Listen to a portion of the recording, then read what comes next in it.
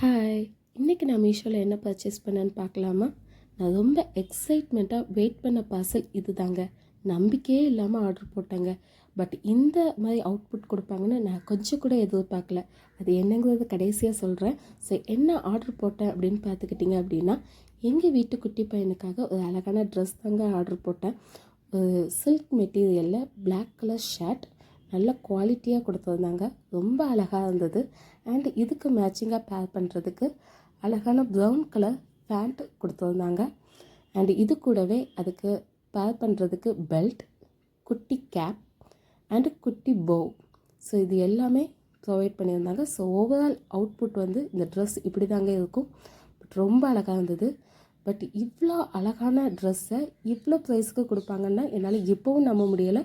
Just offer ப்ரைஸில் 54க்கு தாங்க நான் பர்ச்சேஸ் பண்ணேன். ஆமாங்க, வெறும் 54 ரூபா தாங்க.